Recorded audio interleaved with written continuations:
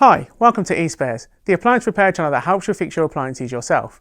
My name is Solomon, and today I will show you how to repair a dishwasher that is not heating up, specifically in a Siemens model.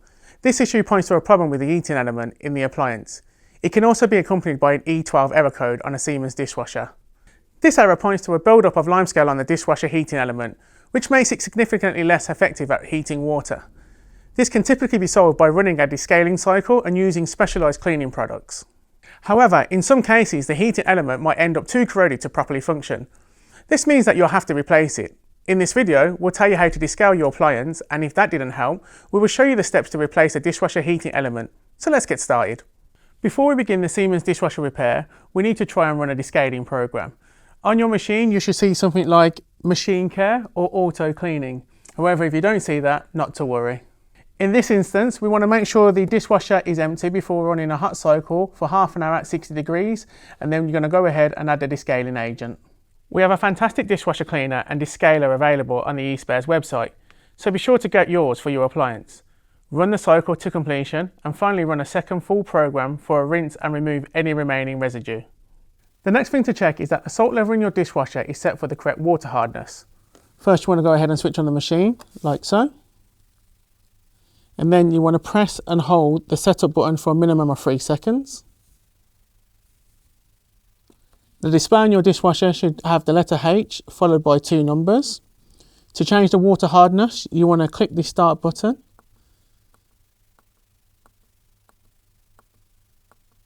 Like so. If you live in an area with exceptionally hard water levels, you should use either HO5, HO6 or HO7 as your setting. To save your required setting, you want to press the setup button again for a minimum of 3 seconds. Like so. If you don't know what the water hardness level is in your area, you can find this online by searching your postcode. By this point, you'll be able to tell if the descaling or the setting of the correct water hardness has worked or not, depending on whether the E12 error code shows up on your display. If the steps haven't worked, it could mean that your heating element is too corroded to function properly. However, don't worry, we'll show you how to replace it. For this repair, you're going to need a multimeter, a torch, a flat blade screwdriver and a Torx T20 screwdriver.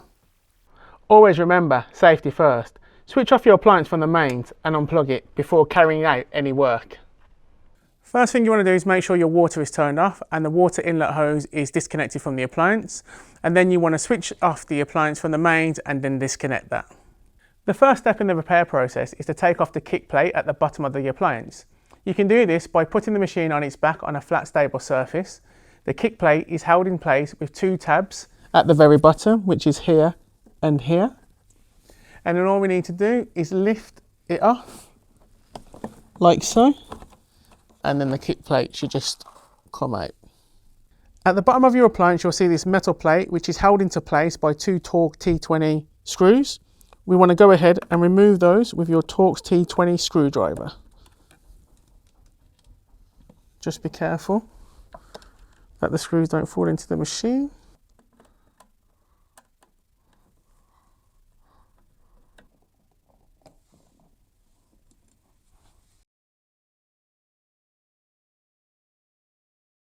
Using a small flat blade screwdriver, we want to go ahead and pop out the metal plate like so.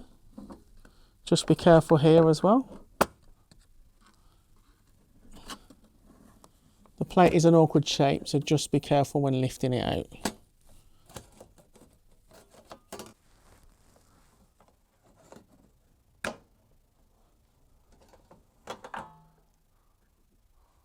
At this point, the final step is just to remove the installation here. Now we're going to be working on the top of the appliance. What we need to do is open the door, and with your flat blade screwdriver, we want to pop in the clips which is located here. It says 2 clips, 1 and 2. And then slightly lift it and slide it back and then place it to one side. To access the heating element, you will need to take off the side panel of the dishwasher, specifically the one on the right. So if you're looking at the machine, it will be this side here. As you can see, there's 2 Torx T20 screws. We want to remove those with your Torx T20 screwdriver. As you can see, the screws removed. The top one is longer than the bottom one, so remember this for when we come to replace them later on. The final screw is located at the back of the machine, so we want to go ahead and remove this as well.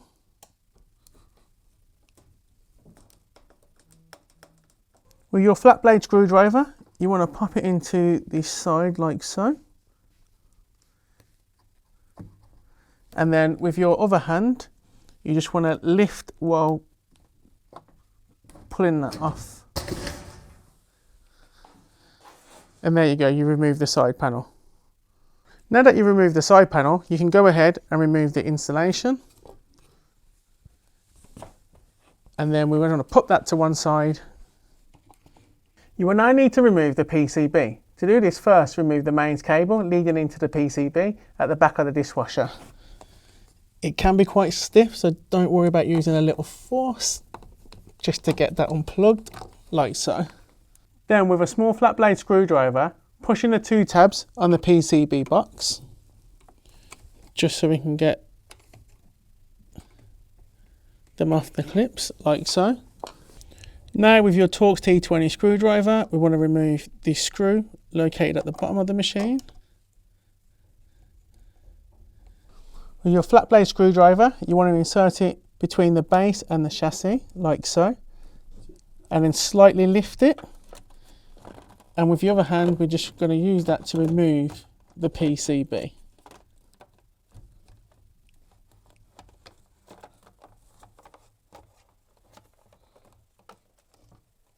There you go. We are now going to remove some electrical connections. It's always a good idea to take a picture or take note of the way that they are positioned, so it's easier for you to reconnect them later. The first one you'll need to remove is the mains plug connection. That is the largest wire loom with the largest plug. Depending on your lighting as well, you may need a torch to help you see much better. As I say, this is the largest plug, and we're just going to disconnect that like so. If you own a multimeter, now is the time to test the heating element. Set the multimeter at buzzer. Then with your two probes, just touch those to make sure you hear a noise, like so, and that the display is working correctly. You'll now want to put one of the test probes through the front and one through the side. Touch the test probes to the second and third terminals, which are here and here. The multimeter should emit a noise and read about 47 ohms.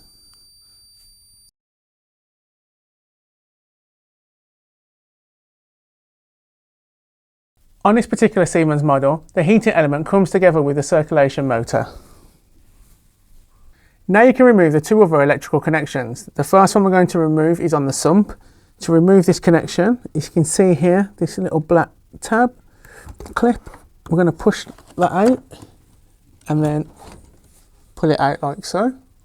The next one we're going to remove is on the circulation motor, which is this one just here. Again, we're just going to pull that up like so.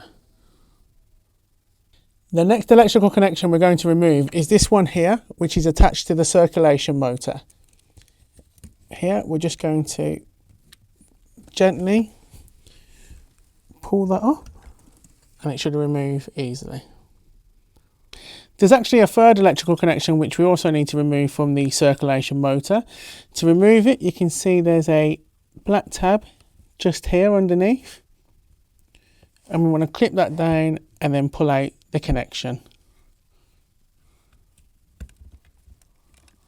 Now we should remove the circulation motor. To make this easier for you to view, we've removed the base of the appliance and turned it upside down. You will see the clip here holding the circulation motor in place. With your flat blade screwdriver, you just want to put that into the ridge of the clip and then twist it slightly. And as you can see, that has loosened the circulation motor.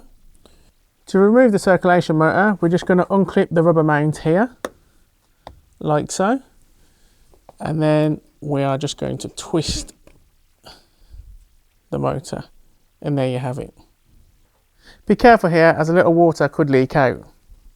So what you've done now is remove the circulation motor and the heating element that come combined on the Siemens Dishwasher motor assembly and will be sold as such. Now it's time to replace the motor and heater assembly for your appliance. To ensure that you get the correct part for your appliance, you need to find out the model number.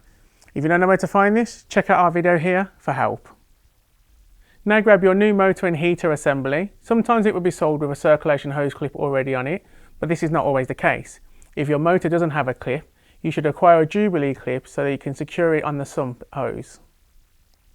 Now you want to attach your new motor and heater assembly to your appliance like so.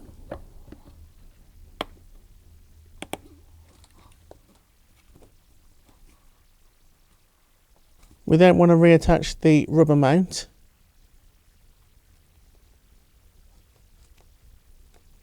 And make sure that's secure. We're now going to fit the Jubilee clip. Depending on the type, you will either need a Phillips flat blade screwdriver or a 7mm socket set to tighten it. Make sure it's secure, as you don't want any water to leak out.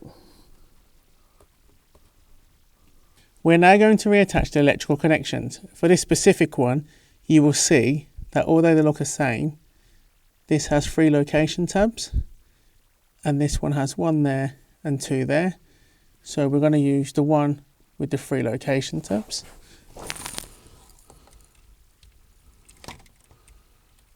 And we're going to fit it into here, like so, and just make sure it's secure. The next 2 electrical connections that we need to attach are these connection blocks here, and the large one will go on this section here, and then the small one on this section here. And the final connection block to attach is this one here. We can then go ahead and replace the PCB cover and attach it like so, ensuring that the power plug is facing the inside of the machine. And then with your flat blade screwdriver, just lift it and slot it in like so. Using your Torx T20 screwdriver, we're going to reattach the long screw to the back of the machine on the rear left, like so. Then we want to reattach the lagging mat, ensuring that it slips into the slot just there near the PCB, so it's secured in place. We can now go ahead and replace the side panel to the machine, ensuring that the screw hole is in line. Using your Torx T20 and the small screw, we just want to reattach that now,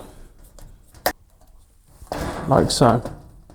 Now we've got the back screw on, we want to lift the panel and then just flick it on to the front like so. We can then go ahead and reattach the 2 screws to the front of the machine.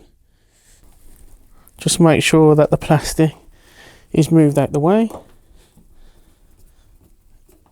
like so. And then again for the bottom screw, which is the smaller screw, like so. To reattach the top panel, we want to line up the clips on the top panel to the clip holes at the back of the machine.